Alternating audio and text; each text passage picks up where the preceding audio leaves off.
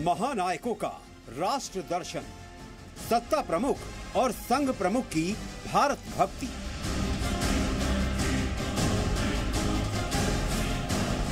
भारतीयों को सबको एक भावना में मिल जाना चाहिए। भारत में सभी विविधताओं का स्वीकार, सम्मान, इसकी जो भावना है उसके मूल में क्या है? उसके मूल में ये हिंदू संस्कृति है।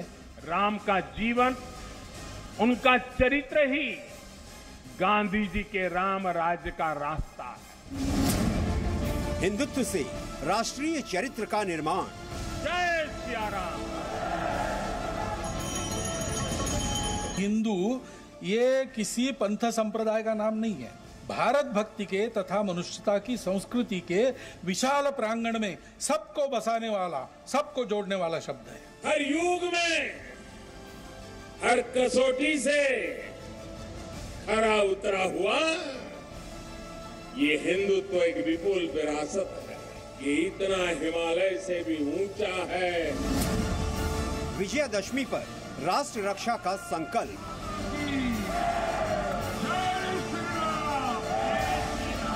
हमारी मित्रता की वृत्ति को दुर्बलता समझकर और जो लोग ऐसा सोचते हैं कि हम चाहे जैसे झुका सकते हैं इनको, उनकी गलतफहमी कम से कम अब तो दूर हो गई होगी। श्री राम की नीति है और वो क्या है? भय बिनु होई न प्रीति। हमारा देश जितना ताकतवर होगा उतनी ही प्रीति और शांति भी बनी रहेगी। संघ, सरकार और देश जागरण वाला संवाद।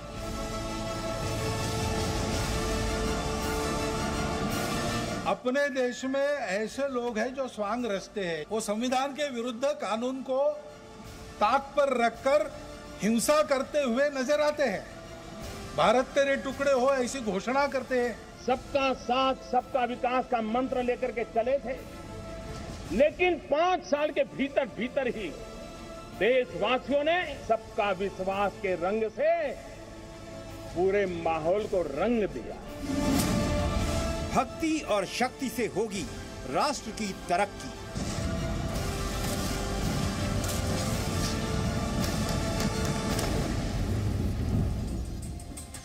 नमस्कार, आपके साथ मैं अदिति त्यागी हूँ। आज विजयादशमी है और विजयादशमी पर राष्ट्रीय स्वयंसेवक संघ यानी आरएसएस अपना स्थापना दिवस भी मनाता है।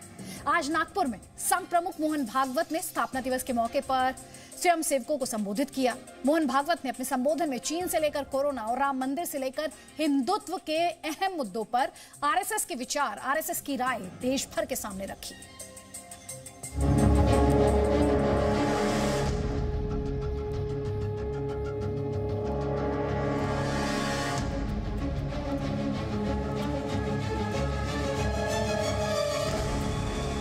एक देश की सत्ता का प्रमुख, दूसरा देश के सबसे बड़े सामाजिक सांस्कृतिक संगठन का प्रमुख, दो महानायकों का एक ही दर्शन, राष्ट्र सर्वप्रथम। प्रधानमंत्री नरेंद्र मोदी सत्ता के शिखर पर हैं। उन्होंने अपने सामाजिक जीवन की शुरुआत देश के सबसे पुराने संगठन राष्ट्रीय स्वयंसेवक संघ के एक स्वयंसेवक के रूप में की थी। स्वयंसेवक से मुख्यमंत्री और फिर मुख्यमंत्री से प्रधानमंत्री बनने की यात्रा में मोदी पर संघ के संस्कारों, मूल्यों और विचारों की अमिट छाप दिखती है। विजयादशमी के मौके पर हर देशवासी को देश के प्रधानमंत्री नरेंद्र मोदी और राष्ट्रीय स्वयंसेवक संघ के सरसंघ चालक मोहन भागवत का राष्ट्र जागरण वाला संवाद सुनना और समझना चाहिए कि आखिर कैसे भक्ति और शक्ति के जरिए ये दो महानायक राष्ट्र का नव निर्माण कर रहे हैं। पिछले 70 सालों में देश में हिंदुत्व की गलत व्याख्या की गई। हिंदुत्व के नाम पर देश के अल्पसंख्यकों के साथ छल किया जाता रहा। हिंदुत्व को बदनाम करने के लिए कई षड्यंत्र रचे गए, लेकिन हिंदुत्व की सही परिभाषा क्या है? हिंदुत्व कैसे देश की आत्मा में बसता है? इसे आप संघ प्रमुख और प्रधानमंत्री नरेंद्र मोदी से ही सुनिए। हिंदू ये किसी पंथ संप्रदाय का नाम नहीं है। किसी एक प्रांत का उपजाया अपना शब्द नहीं है, किसी एक जाति की बपौती नहीं है, किसी एक भाषा का पुरस्कार करने वाला शब्द नहीं है। हिंदू शब्द ऐसा है जिसमें विश्व मानवता का भी अंतर्भाव हो सकता है। ये हिंदुत्व, ये हिंदू का ज्ञान इतना अगाध है, इतना चिरंजीव है, ये इतना हिमालय से भी ऊंचा है, समंदर से भी गहरा है। ऋषि मुनियों ने भी कभी दावा नहीं किया कि उनको हिंदू और हिंदुत्व का पूरा ज्ञान है। हिंदू राष्ट्र को लेकर जो भ्रम पिछले कई वर्षों में फैलाया गया, उस भ्रम से भी आरएसएस के सरसंघ चालक मोहन भागवत ने पर्दा हटाया। जब हम कहते हैं कि हिंदुस्तान हिंदू राष्ट्र है, तो इसके पीछे हमारी कोई राजनीतिक संकल्पना नहीं है, सत्ता केंद्रित संकल्पना नहीं है कि केवल हिंदू जो अपने आप को कहता है या दुनिया जिसको हिंदू मानती है उसी का रहेगा, बाकी सब बाहर, ऐसा नहीं है। अपने राष्ट्र का स्व हिंदुत्व है। हम हिंदू है यानी क्या है?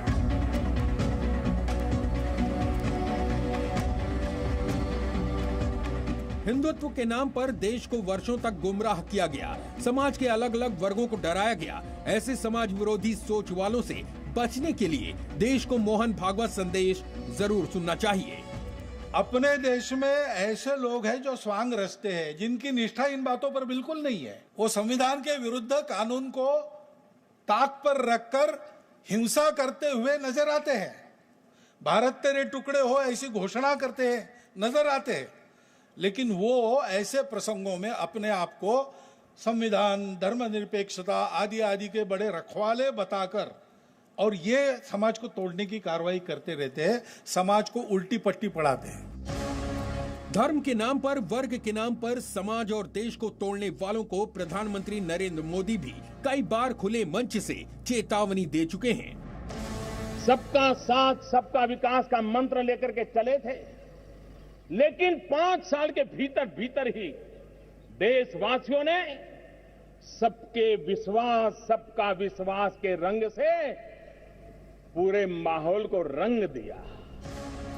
प्रधानमंत्री मोदी और मोहन भागवत का एक ही राष्ट्र दर्शन है, अनेकता में ही देश की एकता है। यही भारत की साझा संस्कृति है और इसी शक्ति से नए भारत का निर्माण मुमकिन है।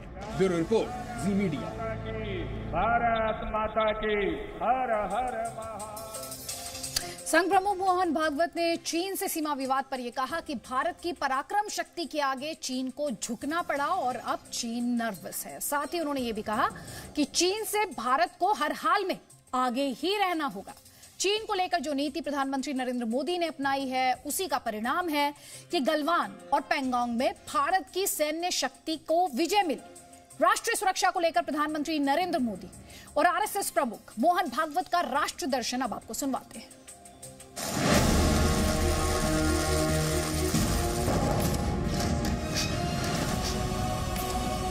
भय बिनु होई न प्रीति। हमारा देश जितना ताकतवर होगा, उतनी ही प्रीति और शांति भी बनी रहेगी। एलएसी पर चीन को पिछले 5 महीने में भारत ने एक बार नहीं बल्कि 2 बार अपना पराक्रम दिखाया है। पहले गलवान घाटी, उसके बाद पैंगोंग में चीन के सैनिकों को भारत ने कड़ा जवाब दिया। वास्तविक नियंत्रण रेखा पर चीन से अभी तनाव बना हुआ है। चीन से सीमा पर और अंतर्राष्ट्रीय स्तर पर लड़ने के लिए भारत की नीति कैसी होनी चाहिए, इस पर संघ प्रमुख मोहन भागवत ने अपना संदेश दिया। चीन ने इस कालावधि में अपने और सामरिक बल के गर्व में, अभिमान में हमारी सीमाओं का जो अतिक्रमण किया और जिस प्रकार व्यवहार किया, उसका स्वभाव विस्तारवादी है, सब लोग जानते हैं। लेकिन इस बार जैसे एक साथ उसने ताइवान के साथ, वियतनाम के साथ, अमेरिका के साथ, जापान के साथ, भारत के साथ साथ ही एक साथ झगड़ा मोल लिया। इस बार भारत ने उसकी जो प्रतिक्रिया दी, उसके कारण वो सहम गया, धक्का मिला उसको। एक भारत की सेना ने अपनी वीरता का परिचय दिया, भारत के नागरिकों ने अपने देशभक्ति का परिचय दिया। सामरिक और आर्थिक दोनों दृष्टि से वो ठिठक जाए इतना धक्का तो उसको मिला। LAC से लेकर LOC तक दुश्मन देशों को पिछले कुछ समय में मुंह की खानी पड़ी है। इसकी वजह है दुश्मनों के खिलाफ सेना को मिली खुली छूट। पिछले कुछ सालों में भारत ने अपनी रक्षा नीति में बड़ा बदलाव किया है, जिसका संकेत प्रधानमंत्री मोदी कई बार दे चुके हैं। हम वो लोग हैं जो बांसुरी धारी कृष्ण की पूजा करते हैं, तो हम वही लोग हैं जो सुदर्शन चक्रधारी कृष्ण को भी आदर्श मान करके चलते हैं। विजयादशमी के मौके पर देश भर के स्वयं सेवकों को संबोधित करते हुए मोहन भागवत ने देश की बाहरी सुरक्षा के साथ साथ आंतरिक सुरक्षा को मजबूत करने का संदेश दिया। हमारी मित्रता की वृत्ति को दुर्बलता समझकर और जो लोग ऐसा सोचते हैं कि हम चाहे जैसे झुका सकते हैं इनको, हम चाहे जैसे इनको मोड़ सकते हैं, उनकी गलतफहमी कम से कम अब तो दूर हो गई होगी। सारे राष्ट्र में आज यह आत्मविश्वास की हवा चल रही है। हमको उस सजगता को, उस सावधानी को, उस एकता को बनाए रखना पड़ेगा और अपनी तैयारी को बढ़ाते रहना पड़ेगा।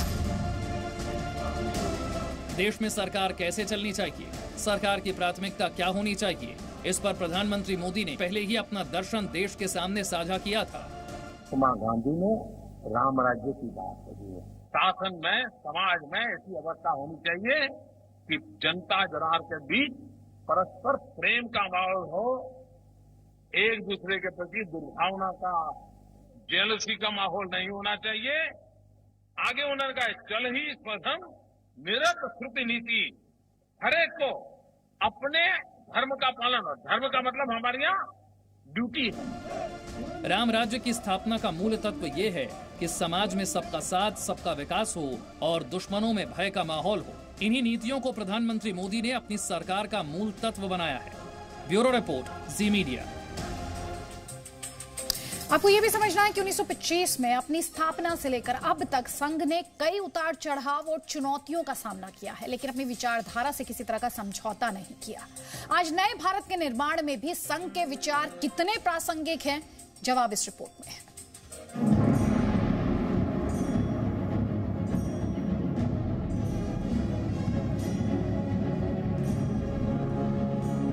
संघ चाहता है पूरा समाज संगठित,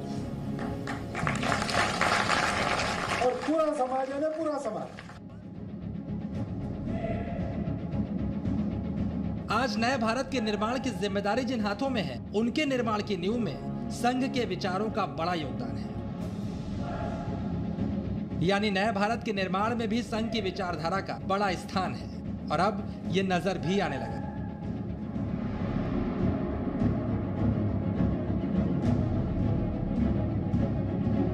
आज से 95 साल पहले जब देश में स्वतंत्रता आंदोलन अपने चरम पर तेजी से पहुंच रहा था, उसी वक्त देश में राष्ट्र प्रथम की अवधारणा के साथ एक संगठन का जन्म हुआ। उस संगठन का नाम था राष्ट्रीय स्वयं सेवक संघ। संघ की स्थापना वर्ष 1925 में 27 सितंबर को हुई और इसके संस्थापक थे डॉक्टर केशव बलिराम हेडगेवार। संघ के स्थापना के दिन विजयादशमी का त्योहार था। उसके बाद से हर वर्ष विजयादशमी के दिन ही राष्ट्रीय स्वयं सेवक संघ का स्थापना दिवस मनाया जाता है। नमस्ते सदा वत्सले मातृभूमे। वैसे संघ की तरफ से साल में कई कार्यक्रमों का आयोजन किया जाता है, लेकिन विजयादशमी के दिन होने वाला कार्यक्रम बेहद अहम होता है। स्थापना दिवस के दिन राष्ट्रीय स्वयं सेवक संघ के सरसंघ चालक का संबोधन होता है, जिस पर पूरे देश की निगाहें लगी होती हैं। इस उद्बोधन के जरिए अगले एक साल के लिए संघ प्रमुख देश के हालात पर अपनी राय व्यक्त करते हैं। अगले वर्ष के लिए संघ और उनके सहयोगी संगठनों के एजेंडे के संकेत भी इस भाषण से मिलते हैं, और सबसे महत्वपूर्ण, सरकार से संघ अपनी अपेक्षाएं भी इस भाषण के जरिए जाहिर करता है।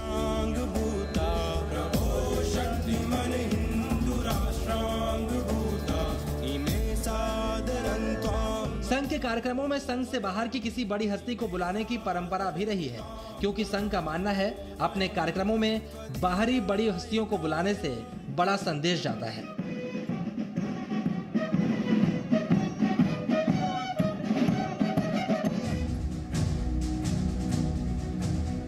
बाहरी व्यक्ति को संघ की कार्य पद्धति समझाने में आसानी होती है और वो हस्ती जब संघ के मंच से कोई संदेश देती है तो उसका समाज पर गहरा असर पड़ता है, साथ ही संघ की स्वीकार्यता भी बढ़ती है।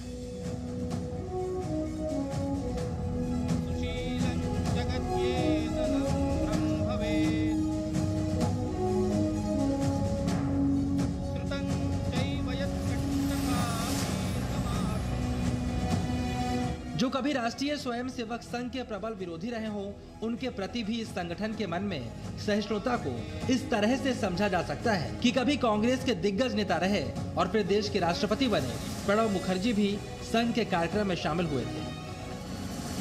1925 से चली आ रही अपनी लंबी यात्रा में संघ आज देश के शीर्ष और प्रभावी स्वयंसेवी संगठन के रूप में उभरा है। करीब 100 साल के कालखंड में संघ को काफी उतार चढ़ावों से भी गुजरना पड़ा है। कभी मतभेद होने के बाद भी भारत के प्रधानमंत्री जवाहरलाल नेहरू से तारीफ के 2 बोल सुनने को मिले हैं, तो कभी प्रतिबंध का भी सामना करना पड़ा है। लेकिन संघ ने समाज के सभी वर्गों से व्यक्तिगत संपर्क और संवाद की अपनी अनोखी कार्य पद्धति के कारण बड़ी से बड़ी चुनौतियों का सामना अत्यंत शांतिपूर्ण ढंग से किया है। लेकिन आज के दौर में राष्ट्रीय स्वयंसेवक संघ की प्रासंगिकता बहुत ज्यादा बढ़ चुकी है।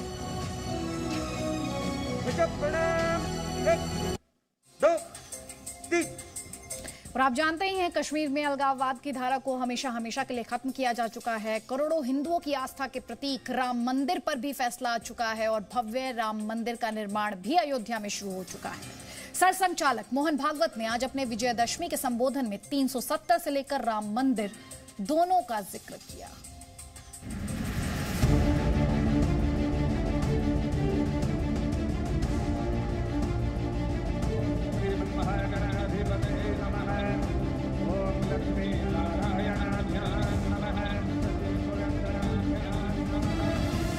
राष्ट्रीय स्वयंसेवक संघ के लिए उनका स्थापना दिवस यानी विजयादशमी का पर्व इस बार बहुत खास है, क्योंकि जम्मू कश्मीर से आर्टिकल 370 हटने के बाद जो मुद्दा संघ की प्राथमिकताओं में सबसे ऊपर था, वो था अयोध्या में श्री राम मंदिर का भव्य निर्माण। और वर्षों के इंतजार के बाद, कई बलिदानों के बाद, लंबे आंदोलन के बाद आखिरकार सुप्रीम कोर्ट ने ऐतिहासिक फैसला देते हुए राम जन्मभूमि पर राम मंदिर के निर्माण का रास्ता साफ कर दिया है। विजयादशमी के पहले ही 370 प्रभावहीन हो गया। संसद में उसकी पूरी प्रक्रिया हुई। बाद में विजयादशमी के बाद 9 नवंबर को सुप्रीम कोर्ट का असंदिग्ध निर्णय राम जन्मभूमि के बारे में आया और एक इतिहास बना। एक मत से निर्णय था, सारे देश ने स्वीकार किया। देश और दुनिया में करोड़ों हिंदुओं की आस्था के प्रतीक श्री राम मंदिर के निर्माण के लिए जब 80 के दशक में आंदोलन शुरू हुआ तो संघ को यह बात मालूम थी, रास्ता लंबा है।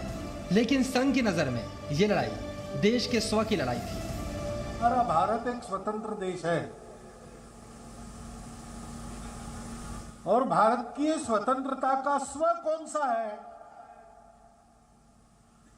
डॉक्टर राम मनोहर लोहिया जी ने कहा है, उनकी एक किताब है, उस किताब का नाम है रामकृष्ण शिव। वो कहते हैं कि भारतीय समाज जीवन, राष्ट्र जीवन का ये जो वस्त्र प्राचीन समय में बुना गया, उसके उत्तर दक्षिण धागे को श्री राम ने पिरोया। भारत के अस्मिता का आधार ये 3 है। और अयोध्या में उनकी जन्मभूमि है, जो एक ही होती है, दूसरी नहीं होती। अब जब तक हम खुद के मालिक नहीं थे, स्वतंत्र नहीं थे, तब तक हम चुप रहे। हम अपने मालिक बन गए, स्वाभाविक हमने अपनी चीजों को बिठाया। श्री राम मंदिर का केस लगभग 70 साल तक अदालतों में चलता रहा। अयोध्या में श्री राम मंदिर के निर्माण के लिए जनता का दबाव भी बढ़ा और जब अनुकूल सरकार आई तो इस बात की मांग भी शुरू की गई कि अगर न्याय मिलने में देरी हो रही है तो सरकार श्री राम मंदिर निर्माण के लिए कानून बना दे। अब आज लड़ाई नहीं है, लेकिन वही दृढ़ निश्चय तो चाहिए, वही वीरता तो चाहिए। लड़ना नहीं लेकिन अड़ना तो है। और इसलिए जनसामान्य तक ये स्थिति पहुंचाना कि अब सरकार को कानून बनाना चाहिए, ये मांग करनी है। और सरकार कानून बनाए, इसके लिए सरकार को जन दबाव की आवश्यकता रहती है। हालांकि इसकी जरूरत नहीं पड़ी और सुप्रीम कोर्ट के फैसले से न्याय का लंबा इंतजार खत्म हुआ। कुछ और खबरें दिखाएंगे बस थोड़ी देर में, आप रहिए हमारे साथ। Presenting V News app available on Google Play and App Store. Download it now.